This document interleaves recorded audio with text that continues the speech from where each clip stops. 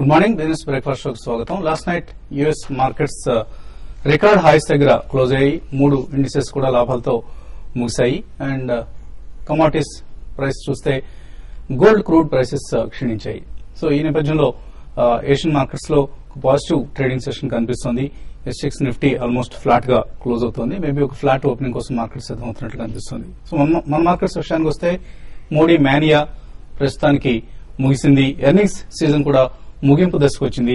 And ఇకపై యథావిధిగా global cues, ప్రభుత్వ విధానాలు అండ్ ఎప్పటికప్పుడు వెలువడే కార్పొరేట్ డేటా ఇటువంటివి మార్కెట్స్ మీద ప్రభావం చూపించే అంశాలు. అండ్ నేను కూడా చూసాం, మనం వరుసగా రెండో రోజు మార్కెట్స్ నష్టాలతో ముగిశాయి. లాభాల స్వీకరణ కొనసాగింది large, mid and small caps లో, అలాగే హై బీటా. ఇలా ఏ కేటగిరీ చూసినా కూడా ఆయా స్టాక్స్ లో అమ్మకాలు కొనసాగాయి. ఎఫ్ఐఎస్ ప్రస్తుతానికి సైడ్ లైన్స్ లో ఉన్నారు, or wait and watch mood లో ఉన్నారని చెప్పుకోవచ్చు. అండ్ ఇన్ఫాక్ట్ తక్కువ మోతాదులో అమ్మకాలు కూడా సాగిస్తున్నారు. నేను కూడా చూసాం, మనం 200 crores worth stocks cash markets లో ఎఫ్ఐఎస్ అమ్మటం, అండ్ మండే రోజు అరౌండ్ 80 crores వర్త్ స్టాక్స్ అమ్మటం చూసాం. So all in all FIs ప్రస్తుతానికి ఈక్విటీస్ కు కాస్త ఎడంగా ఉన్నారు, దూరంగా ఉన్నారని చెప్పుకోవచ్చు. ఇండియన్ ఈక్విటీస్ కంటే కూడా ఇండియన్ డెట్ పట్ల ఎఫ్ఐఎస్ ఎక్కువగా మొగ్గు చూపుతున్నారు. ఎందుకంటే ఓవైపు ప్రభుత్వం కొత్తగా అధినేతలు ఎవరైతే వస్తున్నారో వీళ్ళందరూ పాజిటివ్ స్టేట్మెంట్స్ ఇవ్వటం, అండ్ ఇన్ఫ్లేషన్ తగ్గుముఖం పడుతుందన్న సూచనలు రావటం, ఫిజికల్ డెఫిసిట్ అదుపులోకి వస్తుందన్న వార్తలు రావటం, ఇవన్నీ కూడా డెట్ మార్కెట్ పట్ల సానుకూల ధోరణికి, ఎఫ్ఐఎల్ సానుకూల ధోరణికి కారణంగా చెప్పుకోవచ్చు. మేబీ కొంత రూపీ స్ట్రెంథెన్ అయితే కూడా ఎఫ్ఐఎస్ ఇండియన్ మార్కెట్స్ పట్ల ఎక్కువగా ఆకర్షితులయ్యే అవకాశం కనిపిస్తుంది. సో ప్రస్తుతానికి ఈక్విటీస్ కంటే డెట్ కే ఎక్కువ ఇంపార్టెన్స్ ఇస్తున్నారు ఎఫ్ఐఎస్. అండ్ మే సిరీస్ రేపటితో మనకు క్లోజ్ కాబోతుంది. F&O ఎక్స్పైరీ దగ్గర పడింది. అండ్ నిఫ్టీ ఈ సిరీస్ లో ఈ మధ్యకాలంలో ఎన్నడూ లేనంతగా 11% లాభపడింది. అలాగే బ్యాంక్ నిఫ్టీ లాంటివి 15% కంటే ఎక్కువ లాభాలు ఆర్జించడం కూడా చూసాం. సో నిఫ్టీకి 7250, 7300 ఈ లెవెల్స్ లో సపోర్ట్ దొరుకుతుంది. అండ్ 7500 దగ్గర నిరోధం ఎదురవుతుంది. సో నిఫ్టీ మళ్లీ ప్రయత్నం చేయబోతోంది. 7500 అడ్డంకి ఏదైతే ఉందో దీన్ని అధిగమించి ముందుకు వెళ్ళడానికి ప్రయత్నం చేస్తుంది. మేబీ జూన్ సిరీస్ లో అది సాధ్యపడుతుందా లేదా అన్నది ప్రస్తుతానికి మనకు సస్పెన్స్. అదర్వైజ్ ఎఫ్ఐఎస్ ఈ సిరీస్ లో కూడా 13,300 crores వర్త్ స్టాక్స్ కొన్నారు క్యాష్ మార్కెట్స్ లో. And one of the record year in terms of FI investments into Indian equities కాబోతోంది 2014.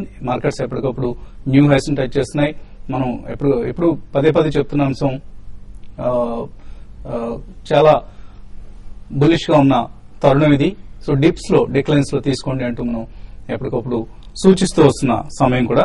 అండ్ అఫ్ కోర్స్ సెలెక్టివ్ గా బై చేయండి, not all junk and Penney stocks, but quality stocks లో invest చేస్తే definite గా మంచి returns ఉంటాయి. Markets గురించి మాట్లాడేందుకు మనతో అనలిస్ట్ సిద్ధంగా ఉన్నారు.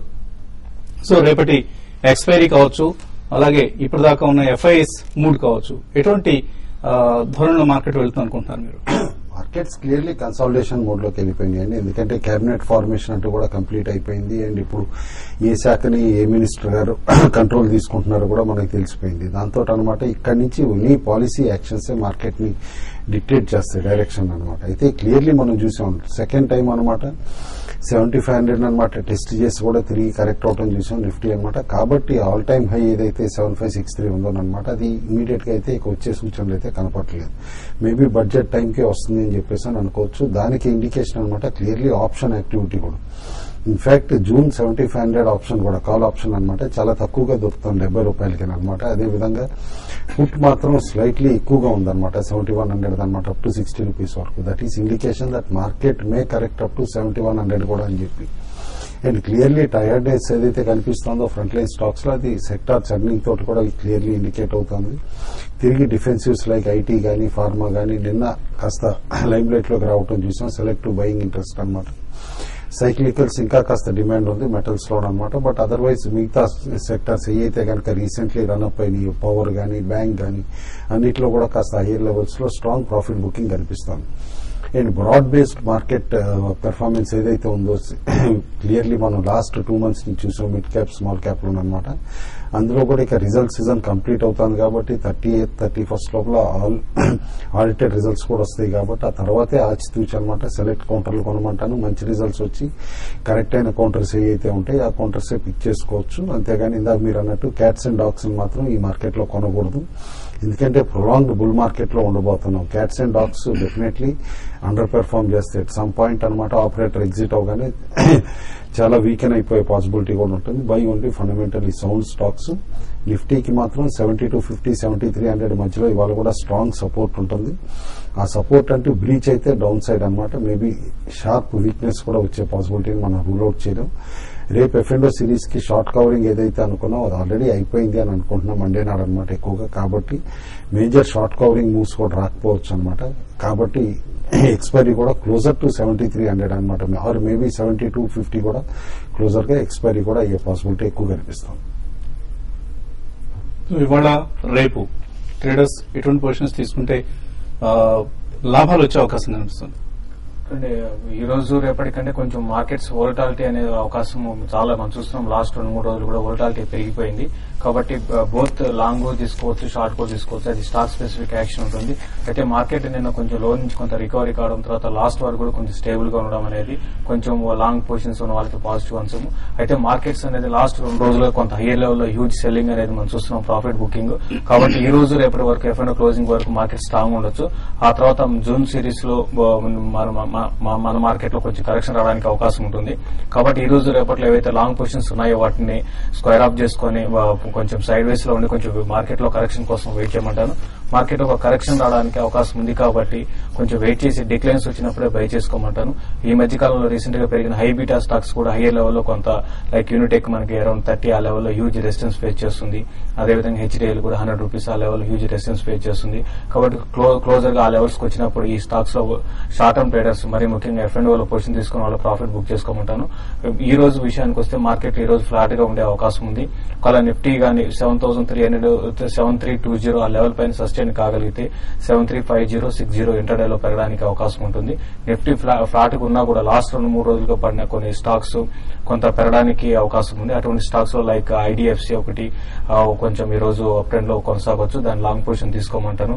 తర్వాత అశోక్ లైలాండ్ కూడా ఈ రోజు ఇంటర్డే లో కొంత పెరగొచ్చు. దాంట్లో కూడా లాంగ్ పొజిషన్ తీసుకోమంటాను. బ్యాంక్ నిఫ్టీ కూడా ఈ రోజు బై చేసుకోవచ్చు. బట్ మిడ్ క్యాప్ బ్యాంకులు మాత్రం చాలా స్ట్రాంగ్ ఉన్నాయి.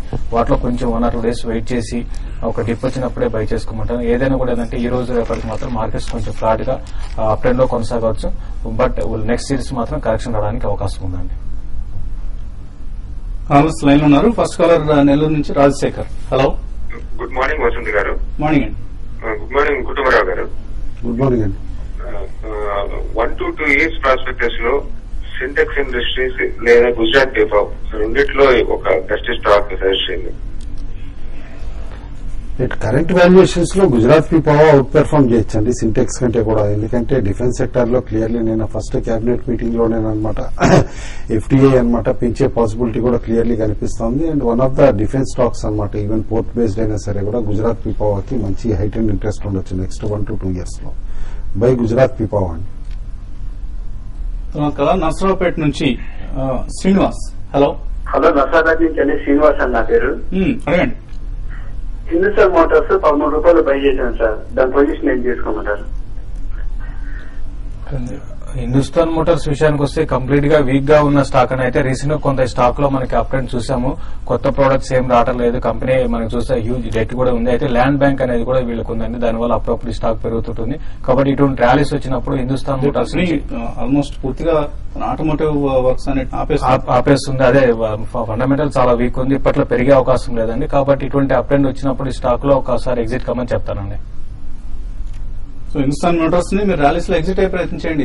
ఈ కౌంటర్ కంటే కూడా బెటర్ ఆటోమొబైల్ స్టాక్ ను సెలెక్ట్ చేసుకుంటే డెఫినెట్ గా రాబోతున్న ఈ ఎకనామిక్ రికవరీ సైకిల్ ఏదైతే ఉందో ఆటోమొబైల్ ఆటో యాన్సిలరీ స్టాక్స్ లో చాలా స్ట్రాంగ్ ర్యాలీస్ రాబోతున్నాయి. ఈ అవకాశాన్ని వినియోగించుకునే ప్రయత్నం చేయండి. కుమార్ విజయవాడ నుంచి తర్వాత కాలర్. హలో. మార్నింగ్ అండి. IVSL మధుగాన్ ప్రాజెక్ట్ కొందాం అనుకుని ఈ రేట్లో బై చేస్తారు. జైన్ ఇరిగేషన్ ఏసీలో కొన్నారండి. ఎప్పటి వరకు అట్టుకోవచ్చు? జైన్ ఇరిగేషన్ అయితే హోల్డ్ చేయమంటానండి. ఇంకా చాలా రన్అప్ వచ్చే పాసిబిలిటీ ఉంది స్టాక్ లో అనమాట. ఈవెన్ 200 లెవెల్స్ కూడా క్రాస్ అయ్యే పాసిబిలిటీ డిస్టింక్ట్ గా కనిపిస్తుంది. హోల్డ్ జైన్ ఇరిగేషన్ అని అంటానండి. ఇటు ఐవీఆర్సీఎల్ మధుకానికి వస్తే రీసెంట్లీ అన్ని ఇన్ఫ్రా స్టాక్స్ తో పాటు ఈ రెండు కూడా బాగా పెరగటం చూసాం. అయితే రెండింటికి డెట్ హ్యూజ్ ఉంది. ఐవీఆర్సీఎల్ నిన్న అనౌన్స్మెంట్ కూడా రైట్స్ ఇష్యూది అనౌన్స్మెంట్ కూడా చేశారనమాట. ఎందుకంటే స్టాక్ రీసెంట్ రన్అప్ తర్వాత రైట్స్ అంటే మరి ఏ ప్రీమియంలో పికప్ అనౌన్స్మెంట్ చేస్తారనేది కీన్ గా వాచ్ చేస్తున్నారు మార్కెట్ సోర్సెస్. ఈ రెండు స్టాక్స్ కూడా as of no wait and watch అంటానండి. ఇమీడియట్ గా అయితే బై చేయొద్దంటాను. రీసెంట్ ర్యాలీ తర్వాత మీరు ప్రిఫరబ్లీ బై చేస్తాను ఫ్రంట్ లైన్ లో అంటే కనుక జిఎంఆర్ఏ మోర్ స్ట్రెంత్ చూపిస్తోందండి. ఎన్సీసీ కూడా మోర్ స్ట్రెంత్ చూపిస్తోంది ఈ టూ స్టాక్స్ కంటే. ఈ రెండు స్టాక్స్ సిగ్నిఫికెంట్ కరెక్షన్ వచ్చినప్పుడు బై చేయడం బెటర్ అండి. మరిన్ని కాల్స్ తీసుకోబోయే ముందు కాసేపు విరామం.